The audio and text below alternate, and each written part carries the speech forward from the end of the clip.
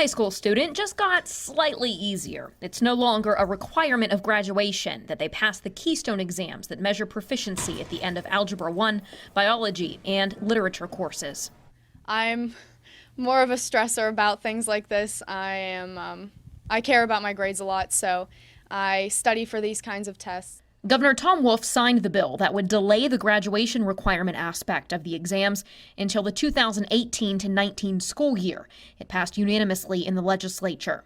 In the past, students who did not pass the test or retests would then have to complete a project, which required more time and money, something most school districts don't have enough of in the first place.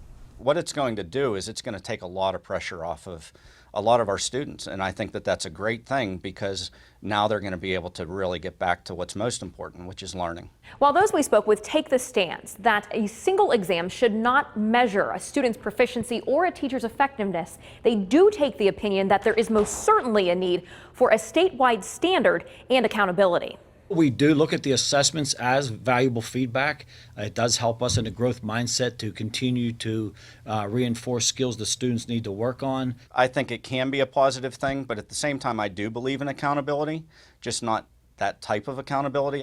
Wolf and lawmakers want to take the hiatus from the requirement to see if a student and teacher success can be measured in other ways instead of only these exams. I think that definitely does take the stress level down a notch now that people aren't so worried about, like, oh my gosh, if I don't get proficient or advanced on these tests, am I not going to be able to graduate high school? In Greensburg, Westmoreland County, Ashley Hardway, Pittsburgh's Action News 4. All right.